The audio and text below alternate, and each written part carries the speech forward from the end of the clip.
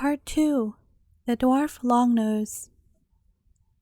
The porter at the great gateway laughed at him in scorn when he said he wished to see the chief cook, but on his persisting, he led him across the courtyard. All the servants who were about the place stared at him, and then followed in his train, laughing and jeering at him. They made such an uproar that the steward came out to see what all the noise was about. He carried a whip in his hand, and with it he laid about him right and left. "You hounds," he said, "how dare you disturb your master's slumbers? Don't you know he is not awake yet?" "But sir," cried the servants, "look what brings us here. Is that not excuse enough? Look at the queer little dwarf we are bringing you." As the steward saw poor Jacob, he had hard work to keep from laughing too, but as he considered it would be beneath his dignity to join in the mirth with the other servants, he managed to restrain himself, and driving them off with his whip, led Jacob into his own apartments, and asked him what he wanted. Jacob begged to be conducted to the head cook, but the steward could scarcely believe him. "Surely, my little man, it is to me you wish to apply for a situation. Do you not wish to become the Duke's jester?" "No, sir," replied the dwarf. "I am a first-rate cook, and understand how to prepare all sorts of delicacies. I thought the head cook might be willing to make use of my art. Every man to his own liking, little man, but it seems to me you are rather a foolish fellow. As the Duke's jester, you would have had no work to do, fine clothes to wear, and plenty of good food to eat and drink. Still, we will see what we can do for you, though I doubt if your cookery is sufficiently good to suit the Duke's table, and you are too good to be made a mere scullion of." The steward then led him to the head cook, to whom Jacob hastened to offer his services. The head cook took a good look at him and burst out laughing. "You, a cook indeed," he said scornfully. "Why, you could not reach the top of the stove to stir a pan. Someone has been making game of you in sending you here." But Jacob was not to be put off in this way. "Of what account are a few eggs, syrup and wine, flour and spices in a house like this?" he said. "Order me to make any tasty dish you can think of, and allow me to have the ingredients I require, and you shall soon judge whether or not I am a good cook." "Well, so be it," said the head cook, and taking the steward's arm, he led the way to the kitchen. "Just for the joke of the thing, we will let the little man do as he wishes." The kitchen was a magnificent place. Fires burned in 20 huge stoves. A stream of clear water, which served also for a fish pond, flowed through the apartment. The cupboards, which contained the stores mostly in use, were of marble and costly wood, and there were 10 large pantries containing every kind of delicious foods from both eastern and western countries. Numbers of servants were running to and fro, carrying kettles and pans and spoons and ladles. As a head cook entered, they all stood still, and there was not a sound to be heard but the crackling of the fires and the rippling of the stream. "What has the Duke ordered for his breakfast today?" the great man asked of one of the inferior cooks. "My lord has been pleased to order Danish soup and red Hamburg patties," replied the man. "Very well," said the head cook, turning to Jacob. "You hear what His Highness has ordered. Will you undertake to prepare such difficult dishes? As to the Hamburg patties, you will never be able to make them, for the recipe is a secret." "There is nothing easier," replied the dwarf, for as a squirrel cook he had often been called upon to prepare these dishes. "For the soup I shall require herbs, spices, wild boar's head, certain roots, vegetables, and eggs. And for the patties, here," he lowered his voice so that only the steward and the head cook could hear him, "I require 4 kinds of meat, ginger, and a sprig of the herb that is known by the name of trencher man's mint. By my honor as a cook, "You must have learnt your trade from a magician," said the head cook. "You have hit upon the right ingredients, and the mint is an addition I never thought of, but which will certainly add to the flavor of the dish." "Well," said the steward, "I would not have believed it possible, but by all means, let him have the things he asks for, and see how he will manage to prepare the breakfast." As it was found that the dwarf could not reach up to the table, a slab of marble was laid across 2 chairs, and all the things he asked for were set upon it. Steward, head cook, and all the rest of the servants stood around and watched in amazement the clever, cleanly, and brisk manner in which he prepared the food. When he had mixed everything, he ordered the pots to be placed upon the fire and allowed to boil until he said they were to be taken off. Then he began to count 1, 2, 3, and so on, right up to 500, and then he cried, "Stop! Off with the pots!" They were immediately taken off the fire, and the dwarf begged the head cook to taste the contents. A golden spoon was brought, and the head cook approached the stove, lifted the lid of one of the pots, helped himself to a spoonful of soup, then, closing his eyes, smacked his lips with pleasure and enjoyment. "Delicious," he murmured. "By the Duke's head, it is delicious. Steward, will you not taste it?" The steward tasted both soup and patties, and then stroked his waistcoat gently with delight. "Head cook," said he, "you are an experienced and first-rate cook, but never have you made such soup or such patties." The head cook tasted the food again. Then he reverently shook the dwarf by the hand. "Little one," said he, "you are a master of your craft. That pinch of trencherman's herb has given the patties an extra flavor that renders them quite perfect." At this moment, the Duke's special attendant came to say that his master was ready for his breakfast, so the food was served up in silver dishes. The head cook, however, took the little man into his room and was about to have a talk with him when a message came from the Duke desiring his attendance. He dressed himself in his best clothes and hastened into his master's presence. The Duke was looking extremely pleased. He had finished every morsel of the food set before him and was wiping his beard as the head cook entered. "Cook," said he, "I have always been well satisfied with your cooking and with the work of those under you. But tell me, who prepared my breakfast this morning? I declare, it has never been so well served since I sat upon the throne of my fathers. I wish to know the cook's name, so that I may reward him with a few ducats." "My lord, it is a most wonderful story," answered the head cook, and proceeded to tell his master about the dwarf who had arrived that morning, and who had insisted upon being engaged as a cook. The Duke was much surprised, and sent for Jacob, and questioned him closely as to his name, where he came from, and so on. Poor Jacob could not very well own that he had been bewitched and changed into a squirrel, but he was not far from the truth when he said he was now without parents, and that he had learned cooking from an old woman. The Duke did not urge him to say more, being much taken up with staring at the strange figure and features of his new cook. "If you will serve me," he said, "I will pay you 50 ducats a year, give you a fine robe and 2 pairs of breeches.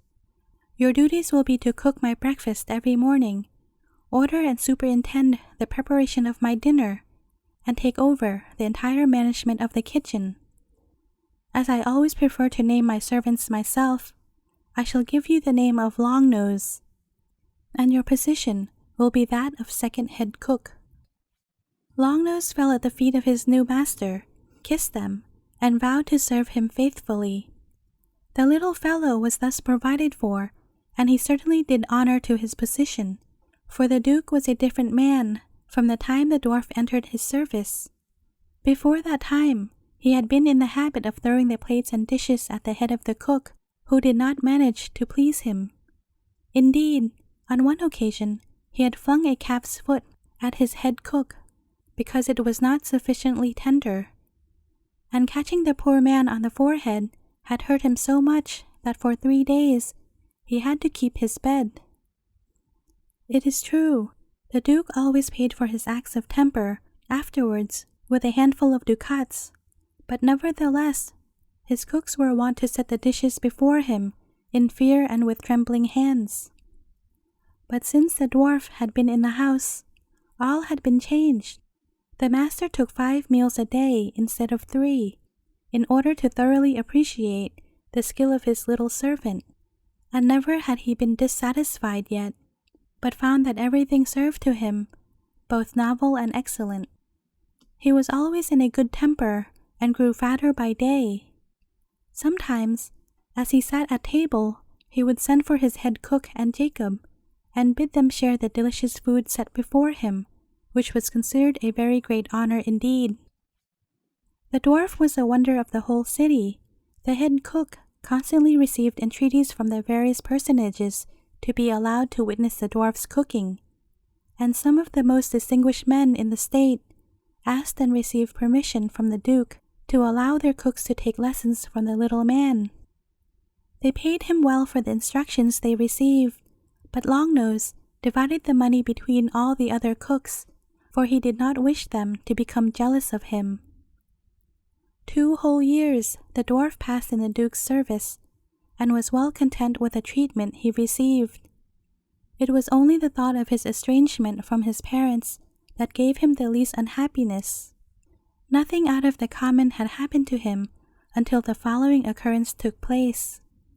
He was a better hand at a bargain than most, always seeing at a glance which were the best goods on sale, and for this reason, whenever he had the time, he used to go to the market himself.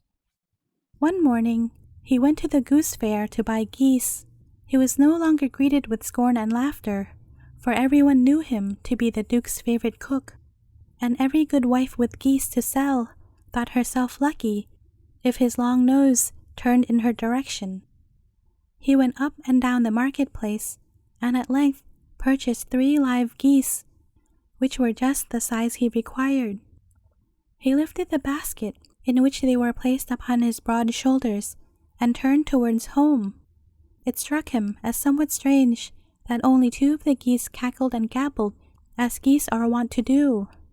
The third was silent, except when she heaved a sigh that sounded almost human.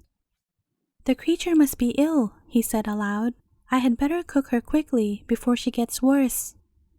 Then to his astonishment, the goose answered quite plainly, "Longnose, look thee, if thou cook me, no good 'twill do, the deed thou'lt rue." Frightened out of his wits, Longnose set down the cage, and the goose looked at him with her beautiful wise eyes, and sighed. "There, there," said the dwarf, "have no fear.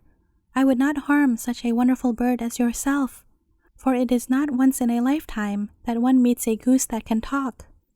I wager you have not always worn feathers. I myself have been bewitched and turned into a squirrel, and I expect it is the same with you." "You are right," said the goose. "Alas, I did not always bear this humble form, and at my birth who would have dared prophesy that Mimi, the daughter of the great magician Wetterbach, would end her days in a duke's kitchen?" "Set your mind at rest, dear Miss Mimi," said the dwarf consolingly. "So sure as I am an honest fellow, and second cook to his highness, no one shall do you any harm. I will have a coop placed for you in my own apartment, and you shall have as much food as you require, and I will devote all my spare time to you. The rest of the kitchen servants will be told that I am fattening you on some particular herbs to give you a specially good flavor, and I will take the first opportunity of setting you at liberty." The goose thanked him with tears in her eyes, and the dwarf took means to provide for her as he had promised. She was placed in a wicker cage and fed by Longnose alone, and he took care, instead of giving her the ordinary food required by geese, to serve her with dainty cakes and sweets. As often as he could, he sat and talked to her, and tried to comfort her. They told each other their sad stories, and in this way, Longnose learned that Mimi was the daughter of the great magician Wetterbach, who lived on the island of Gothland. He had quarreled with a very wicked fairy who had managed to outwit him, and in revenge to change Mimi into a goose and bring her away from her home.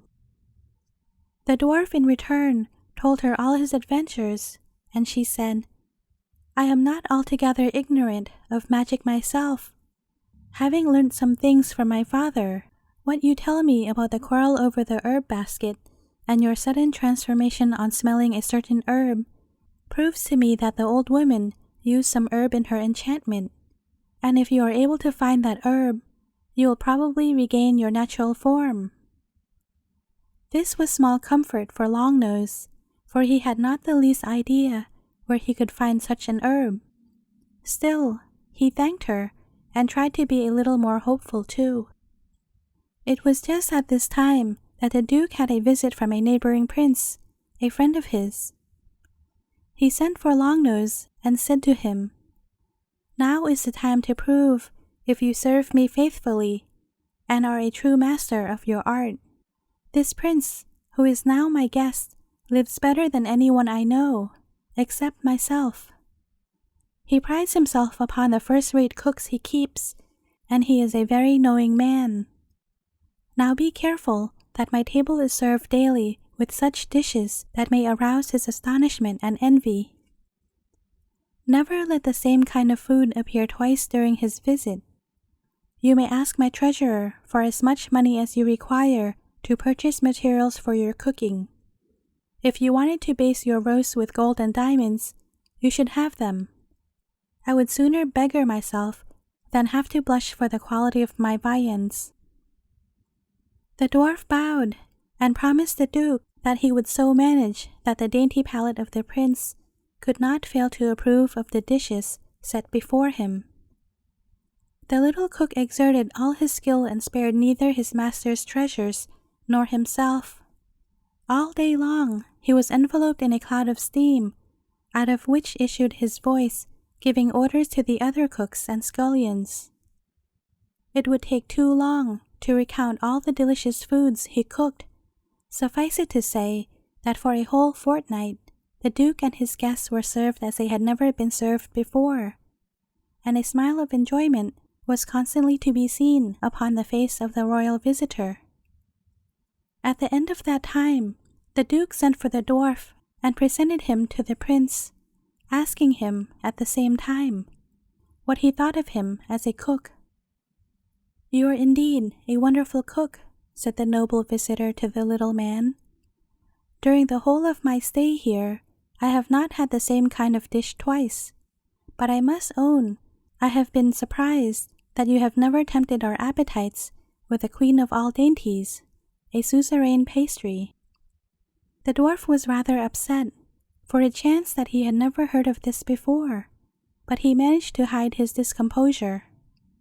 "Sir," said he, "I had hoped you were to honor this court with your presence for a long time yet, and therefore did I delay setting this dish before you. For with what better dish could a cook serve you as a parting greeting than with that of the suzerain pastry?" "Oh, indeed," said the Duke, smiling. "So I suppose you were waiting for me to leave the world forever before giving me the parting greeting, for I have never so much as heard of this pastry, much less tasted it. But we will wait for it no longer.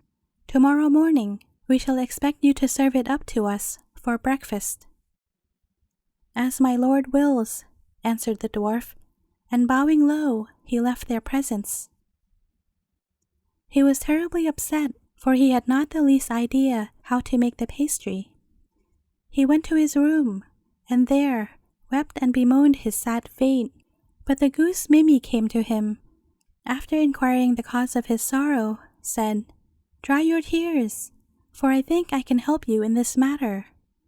This dish was frequently set upon my father's table, and I know pretty well how it was concocted. Even if I cannot tell you every single ingredient, you will no doubt Flavor the pie so deliciously that the prince will not detect any omission."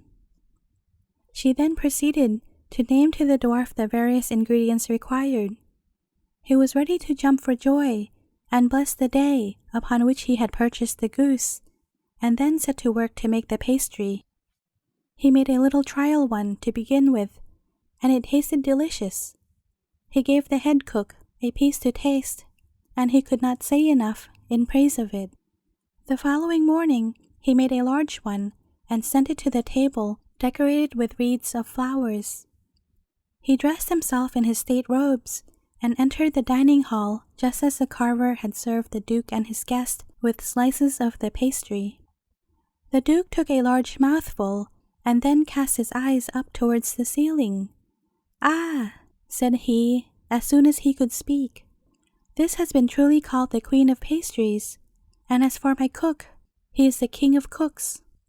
What say you, dear friend?" The guest took 1 or 2 mouthfuls before answering, and then, having well tasted the flavor, he said rather scornfully as he pushed away his plate, "It is as I thought. It is an excellent pastry, no doubt, but not the suzerain." The Duke frowned and reddened with anger. "Dog of a dwarf," cried he, "how dare you treat me so? I have a good mind to have your head chopped off as a punishment for your bad cookery."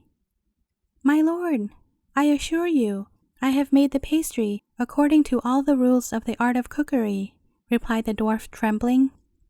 "It is false, you rascal," replied the Duke, kicking him away. "If it were right, my guest would not say it was wrong. I have a good mind to have you made into mincemeat and baked in a pie yourself." "Have mercy," cried the poor little man, prostrating himself before the royal guest and clasping his feet in his arms. "I pray you, tell me what I have left out of the pastry that it fails to suit your palate. Do not condemn me to death for a handful of meat and flour." "It will be of little assistance to you to know, my dear Longnose," answered the prince with a smile. "I was quite certain yesterday that you would not be able to make this pastry as well as my cook can, because the chief requisite is an herb which does not grow in this country. It is known as the cook's delight, and without this, the pastry is practically tasteless, and your master will never eat it with the same pleasure that I can in my own country." Then the Duke flew into the most terrible rage. "I vow by my honor that either you shall taste the pastry tomorrow morning exactly as you are accustomed to have it, or else the head of this fellow shall pay for his blunder. Go, dog of a dwarf, I give you 24 hours to accomplish it in." The poor dwarf went to his room and told this fresh trouble to the goose. "Come, take heart," said she. "Fortunately, I know every herb that grows, and I am sure I can find this one for you. It is a happy thing that it chances to be a new moon tonight, for only at the time of the new moon does this plant grow. But tell me, are there any ancient chestnut trees near the palace?" "Oh yes," replied the dwarf with a lighter heart. 200 paces from the palace, beside the lake, there is quite a large group of chestnut trees. But why do you ask?" "Because the herb is only found at the root of very old chestnut trees," answered Mimi. "Let us lose no time, but go and search for what you require. Take me under your arm, and put me down when we have reached the spot, and I will help you search." He did as she bade him, but as he would have passed out of the gateway of the palace, the sentry barred the way with his lance. "My good Longnose," said he, "I have the strictest orders not to let you out of the house. Your end has come, I fear." "But surely I can go into the garden," replied the dwarf. "Be so good as to send one of your comrades to inquire if I may go into the garden to search for herbs." The sentry did so, and permission was given, for the garden had such high walls surrounding it that it seemed impossible for him to escape. As soon as he was in the open, he placed Mimi carefully on the ground and she at once began to run towards the lake on the banks of which the chestnut trees grew. Longnose followed her with a sinking heart, for he had already made up his mind that, if the herb could not be found, he would drown himself in the lake, rather than allow his head to be cut off. The goose sought in vain for the herb. She left not a blade of grass unturned, and at length she began to cry from sympathy. She would not give up the search until evening began to fall, and the darkness made it difficult to distinguish any surrounding objects. Just as they were about to abandon the search, the dwarf looked across the lake and then cried out, "Look! At the other side of the lake is a huge old chestnut tree. Let us go and search there. Perhaps good fortune blooms yonder."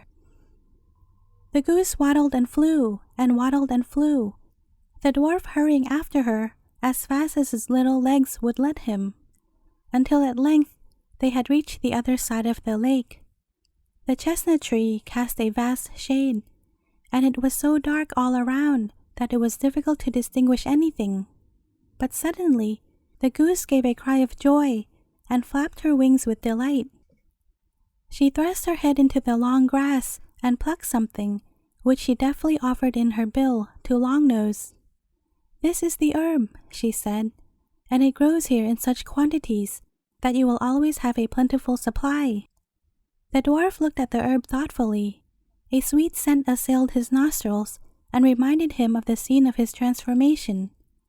The stalk, too, of the plant was a bluish-green color, and it bore a bright red flower, flecked with yellow. "Mimmy," said he, "by great good fortune, I do believe we have chanced upon the very herb that changed me from a squirrel into the creature I am now. Shall I make a trial of it?" "Not yet," replied the goose. "Take a handful of the herbs with you, and let us go back to your room. There you can collect your money and all that you possess, and then we will try the power of the herb." They returned to the dwarf's room, he with a heart beating loudly with excitement. He took between 50 and 60 ducats he had saved, and tied them up in a bundle with some of his clothes. Then saying, "May good fortune aid me to be rid of my burden," he threw his nose into the bunch of herbs and sniffed their fragrance. Then his limbs and joints began to crack and stretch. He could feel his head rising between his shoulders. Squinting down his nose, he could see it growing smaller and smaller. His back and chest straightened themselves out, and his legs became longer. The goose looked on in astonishment. "Oh, how tall and handsome you are," she cried. "There is not the faintest resemblance left to the dwarf Longnose." As for Jacob, he was beside himself with joy, but he did not forget the thanks he owed to Mimmy. His first impulse was to go to his parents, but gratitude urged him to suppress this wish. "But for you," he said to Mimmy, "I might have retained my hideous form all the days of my life, or I might even have lost my life. Now is the time to repay my debt. I will take you straightway to your father, whose magic powers will at once enable him to disenchant you." The goose wept tears of joy and accepted his offer gratefully. Jacob passed the sentries safely, for they had only been ordered to bar the way to the dwarf Longnose. With Mimmy beneath his arm, he very soon reached the seashore, and before long, her home was in sight. The great Wetterbock soon turned the goose into a charming young lady, and having loaded her rescuer with valuable gifts, bade him farewell. Jacob hastened home, and his parents were only too delighted to accept the handsome young man as their long-lost son. With the presents he had received from Wetterbock, he was able to purchase a shop, and he became a very rich man, and lived happily in all his days. But his disappearance from the Duke's palace caused a great hubbub. When the morning came on which the Duke was to fulfill his vow and behead the dwarf if he had not found the herb, lo, the dwarf himself was missing. The prince declared the Duke had allowed him to escape to avoid losing such a splendid cook, and said he had broken his word. They quarreled so violently that a war ensued, which is known in all histories of those lands as the Herb War. And when at length peace was declared, it was called the Pastry Peace, and at the reconciliation feast, the prince's cook served up a suzerain pastry to which the Duke did full justice. The end. Thank you for listening. Do consider subscribing if you haven't already done so. I have over 100 stories in my channel for you to enjoy. Thanks for giving my small channel a chance to entertain you.